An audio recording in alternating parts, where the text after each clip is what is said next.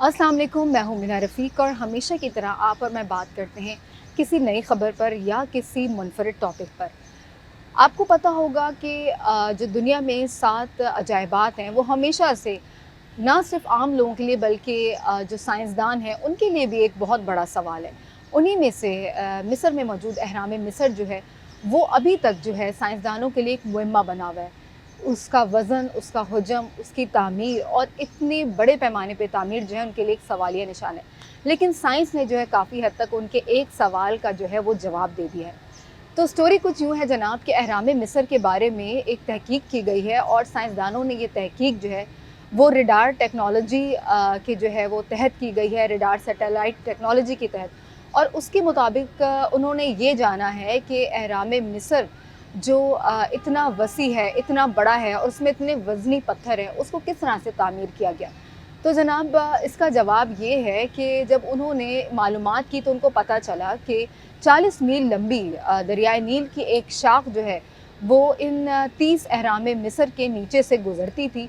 और उस वक्त में कहा यह जाता है कि पानी का बहाव जो था उस दरिया में, उसकी मदद से जो है पत्थरों को जो है वो मुख्तलिफ़ मकामात पे जो है वो पहुँचाया गया। अब जनाब ये वक्त के साथ साथ ये जो दरियाए नील की जो शाख थी वो 4200 साल के अंदर जो है ज़रई ज़मीन का हिस्सा बन गई। इसके अलावा वो सहरा में तब्दील हो गई या वो बिल्कुल गायब हो गई।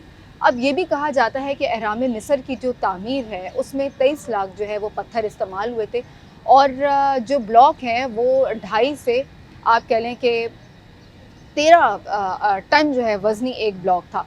तो साइंसदानों ने जब इसका पता किया तो उनको ये मालूम हुआ कि जिस बहाव के साथ, वक़्त के साथ जो है वो दरियाए नील की शाख जो है वहाँ से बहती रही, उसी बहाव के साथ मुख्तलिफ़ मकामात पे जो है वो अहराम बनाते चले गए। इसके अलावा जो वहाँ का कदीम दारुल हुकूमत है, वहाँ पर ना सिर्फ़ ये अहराम बल्कि जो अहराम मिस्र सबसे बड़ा है, उसकी तामीर भी जो है वो इसी दरिया की मदद से की गई, जो कि वक्त गुज़रने के साथ जो है वो सहरा का हिस्सा बन गया।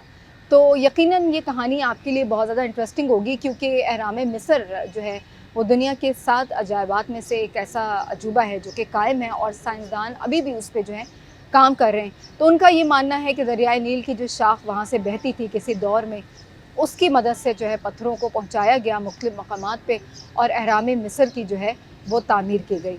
तो ये थी हमारी आज की स्टोरी। दोबारा आपसे मुलाकात होगी किसी नई स्टोरी में, तब तक अपना ख्याल रखिएगा। अल्लाह हाफ़िज़।